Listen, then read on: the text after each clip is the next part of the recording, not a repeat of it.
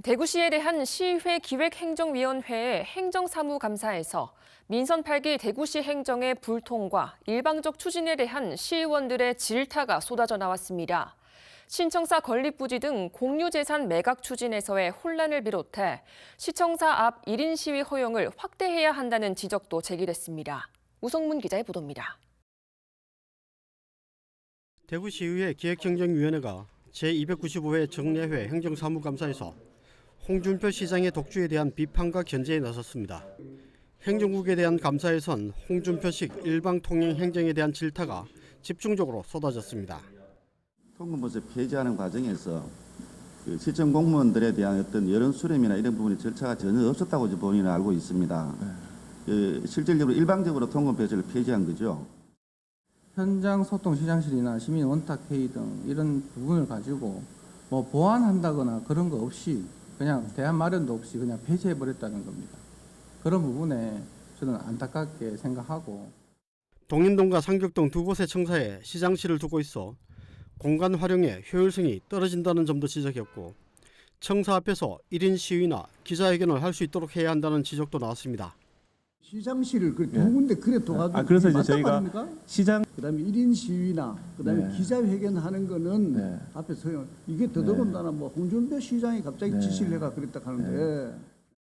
시정 혁신과 조직 개편 등 홍 시장이 역점을 두고 추진하는 정책들도 절차상 문제가 많다는 질타가 잇따라 나왔습니다.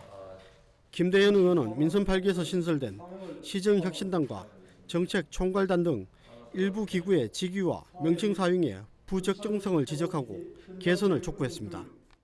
그러면 이런 뭐 규칙이나 규정, 지침 왜 필요합니까? 마음대로 하지. 아무리 자치시대라 하더라도 마음대로 하는 게 자치시대가 아니잖아요. 일정한 위임된 권한 또는 자율적인 거를 해야 되지. 지침이 내려와 있는데 그 지침을 안 지켜도 되고 뭐 어쩌면 지켜도 되고 마음대로다. 그거는 좀 이해하기 어렵습니다. 신청사 일부 부지를 비롯한 공유재산 매각을 일방적으로 밀어붙이는 데 대한 비판도 거셌습니다. 홍 시장이 정치적 성과를 보여주기 위해 채무제로 재정혁신이란 명분을 내세워 서두르는 것이 아니냐고 꼬집기도 했습니다. 이걸 결국 팔아서 이자 결국 그 채무를 변제한다는 거잖아요.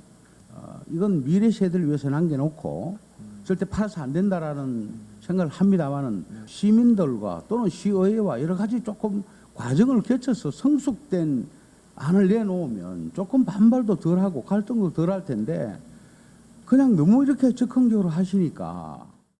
민선 8기 대구시정에 대한 제9대 대구시의회의 첫 행정사무감사에서 홍 시장의 기득권 카르텔 혁신론과 시의회의 독선 견제론이 충돌하고 있습니다.